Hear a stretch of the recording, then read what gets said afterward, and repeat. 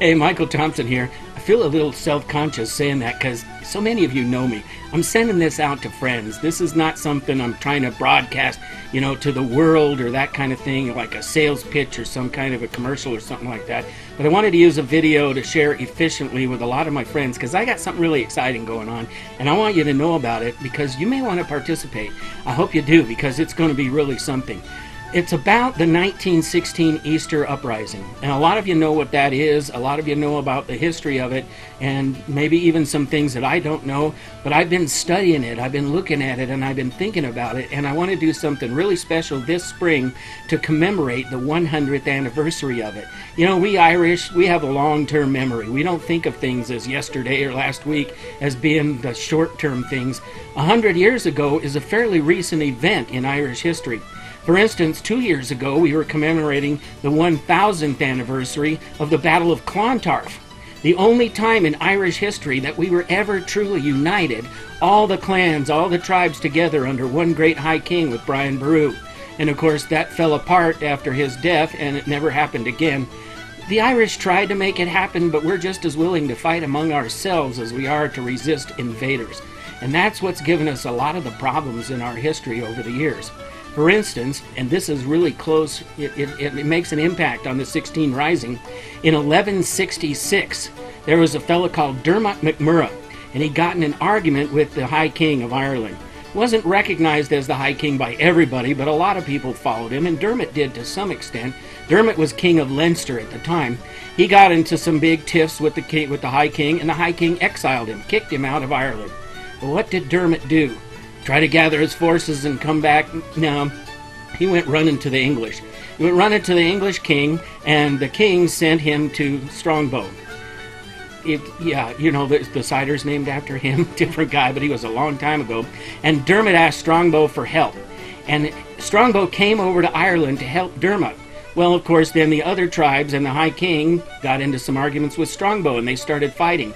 Then the English king suddenly is drawn into this because his people are involved in conflict in a place, and he starts sending troops over. Well, that was the beginning of the end for an independent Ireland in those days. If you can say independent when we were divided into thousands of little clans and districts, but at least we had our freedom.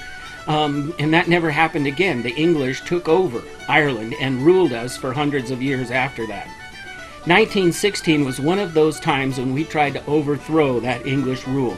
We had done it unsuccessfully in 1798 as the big famous one. We did it several other times in between, but a lot of the leaders got together and proposed a new revolution in 1916. It happened in 1914 that they had won home rule, or 1912 actually it was. Ireland won home rule. In other words, we were still part of Britain, but we could have our own parliament and, our own kind of rules and regulations. It was under England, but it was a lot more independence. Well, in 1914, when they went into the First World War, England canceled a lot of that because they were afraid of security concerns. Does that sound a little bit familiar these days? And that made the Irish really angry, and of course it should have. And so in 1916, Easter Sunday, there was a rebellion planned, a rising. A lot of the Irish don't like to call it a rebellion because that kind of implies that the English government was legally entitled to rule Ireland, and we never really believed that all along. But they got this rising, and all the plans were in place, and everything was ready. In fact, Germany, to their advantage, was going to send over a boatload of guns and supplies and things like that to help us fight this war. They're going to give these armaments. Well, the English found out about it. They scuttled the German gunboat. They captured some of the people who were trying to smuggle arms into the country, and they actually published accounts in the newspapers in Ireland that the rising is called off. It's not going to happen. The English published these. Some of the leaders kind of went with this as well, but a lot of them didn't. And on Easter Sunday, a lot of these guys got together and said, wait, we don't really want to call this off. We probably haven't got a realistic chance, and it turns out they didn't, of making it successful. But we want to inspire the Irish people to fight for freedom. And so they did. So on Easter Monday, the rising was back on. It wasn't quite as organized, not as many people participated as they had hoped, but the leaders of the rising occupied several major buildings and landmarks in the city of Dublin and took them over. They put up flags on the General Post Office. One had a harp. It was the symbol of a free Ireland. The other one had the tricolor that you can see behind me. one of the very first times that was ever flown in public as a symbol of Ireland and our unity. We had the green for the Republic of Ireland, the orange for the Protestants and the Union part of Ireland, and the white for the peace that was to come between us in one united Ireland. And that was their goal, to have a united Ireland. Several disparate groups got together. Pádraig Pearse and his Irish Republicans got together with John Connolly and the Irish Republican Brotherhood. Several other groups joined in on this. So they gathered in several places around Dublin and occupied these buildings. And one of the main ones was the GPO, the General Post Office. And I've been there. You can still see bullet holes in the columns and the stonework out front. It was one of the centers of that. And that's going to be important in our commemoration. But one of them read out the proclamation of the Irish Republic. And it goes like this: Irishmen and Irish women, in the name of God and of the dead generations from which she receives her old tradition of nationhood, Ireland, through us, summons her children to her flag and strikes for her freedom. Having organized and trained her manhood through her secret revolutionary organization, the Irish Republican Brotherhood, and through her open military organizations, the Irish Volunteers and the Irish Citizen Army, having patiently perfected her discipline, having resolutely waited for the right moment to reveal itself, she now seizes that moment. And supported by her exiled children in America and by gallant allies in Europe, but relying in the first on her own strength, she strikes in full confidence of victory. We declare the right of the people of Ireland to the ownership of Ireland and to the unfettered control of Irish destinies, to be sovereign and indefeasible. The long usurpation of that right by a foreign people and government has not extinguished that right, nor can it ever be extinguished except by the destruction of the Irish people. In every generation, the Irish people have asserted their right to national freedom and sovereignty. 6 times during the past 300 years, they have asserted it in arms, standing on that fundamental right, and again asserting it in arms in the face of the world. We hereby proclaim the Irish Republic as a sovereign, independent state, and we pledge our lives and the lives of our comrades in arms to the cause of its freedom, of its welfare, and of its exaltation among the nations. The Irish Republic is entitled to, and hereby claims, the allegiance of every Irishman and Irishwoman. The Republic guarantees religious and civil liberties, equal rights and equal opportunities to all its citizens, and declares its resolve to pursue the happiness and prosperity of the whole nation and of all its parts, cherishing of all the children of the nation equally, and oblivious of the differences carefully fostered by an alien government which have divided a minority from the majority in the past. Until our arms have brought the opportune moment for the establishment of a permanent national government, representative of the whole people of Ireland and elected by the suffrages of all her men and women, the provisional government hereby constituted will administer the civil and military affairs of the Republic in trust for the people. We place the cause of the Irish Republic under the protection of the Most High God, whose blessing we invoke upon our arms, and we pray that no one who serves that cause will dishonor it by cowardice, inhumanity, or rapine.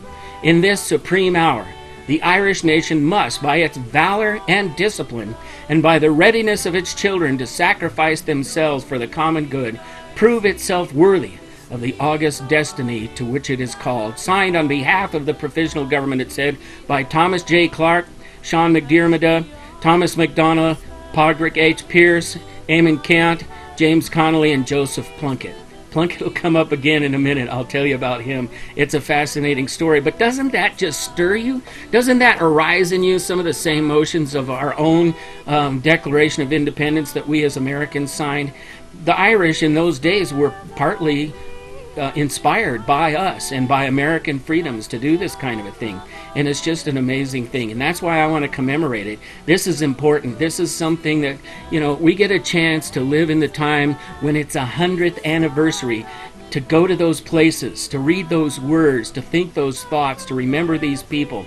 And I'll tell you more about that as we continue talking about this, but I wanted to share with you some of that history. They rose up. As many of us know, The Rising was an utter failure from a military standpoint. It really was, and that's sad. The people who occupied those buildings held out for only a few days. The thing that saved them was, at the time of the Rising, there were only a few dozen or a few hundred English troops in Dublin. There weren't very many. And the Irish themselves had about 1,500 compared to maybe 200 British. And so it was very easy to come and take over what were essentially civilian targets at the time, because nobody's going to resist them. There weren't enough troops, and the civilians weren't going to. In fact, a lot of them joined in once they saw what was going on. It was great, and they took over these buildings. But of course, that didn't last long, and English troops moved in, and they took these over. The Irish surrendered. The leaders of it finally had to admit there was no way they were going to be able to hold out any longer. Traditionally, in military circles in those days, when you surrender, they take you captive. And they deal with you in that way. And a lot of times what they would do is keep them in jail for a few months and then, pardon them or let them out in a prisoner exchange, or they'd do something like that, some kind of a token thing, a slap on the wrist to say, well, we won, you guys are done, your rebellion has failed, you can't manage to carry this off, and they would go back into hiding and plot for another dozen or 2 dozen or 50 years or whatever it takes to get it going again. That was the tradition. That was what usually happened in these kinds of cases. The English decided to change that up. They were upset. Instead, they took 16 leaders of the rebellion, and they gathered them in a place in Dublin called Kilmainham Jail. They put them on trial of sorts, but basically what they did was found them guilty of treason to the English crown, and they executed them.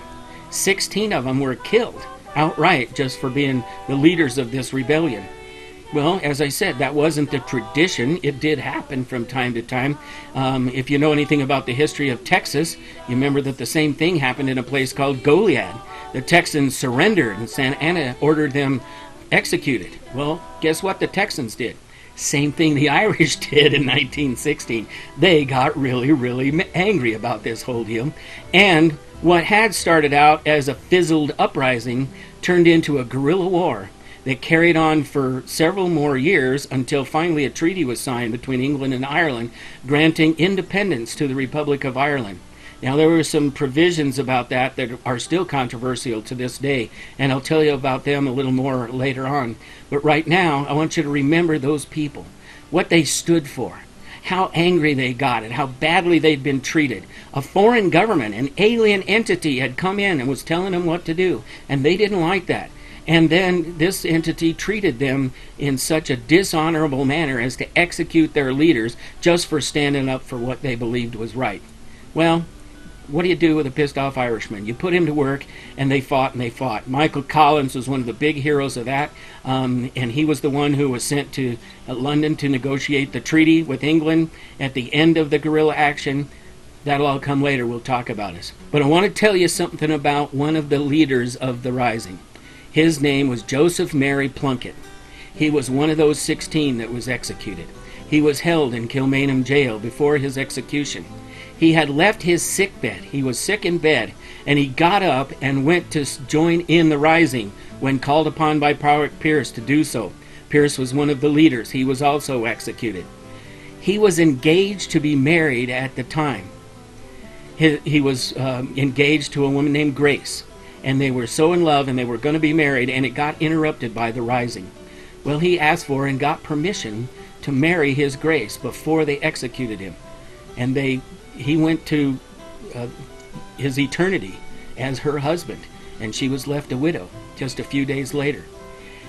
According to tradition, and we can't find physical evidence of this anymore, it's long gone, but according to tradition, Plunkett wrote on the walls of his cell in his own blood a poem, and that poem's been set to music, and now it's known as a song called Grace. I want to sing it for you so you can understand a little bit about what these people believed and what they went through. It goes like this. As we gather in the chapel here in old Kilmainham Jail, I think about these past few weeks. Oh, will they say we failed? From our school days they have told us we must yearn for liberty. But all I want in this dark place is to have you here with me. Oh, grace, just hold me in your arms and let this moment linger. They'll take me out at dawn, and I will die. With all my love I place this wedding ring upon your finger. There won't be time to share our love, oh, we must say goodbye. Well, I know it's hard for you, my love, to ever understand the love I bear for these brave men, my love for this dear land. But when Paurig called me to his side down in the GPO, I had to leave my own sick bed, and to him I had to go. Oh, Grace, just hold me in your arms and let this moment linger. They'll take me out at dawn, and I will die. With all my love I place this wedding ring upon your finger. There won't be time to share our love, for we must say goodbye. Now and as the dawn is breaking, dear, my heart is breaking too.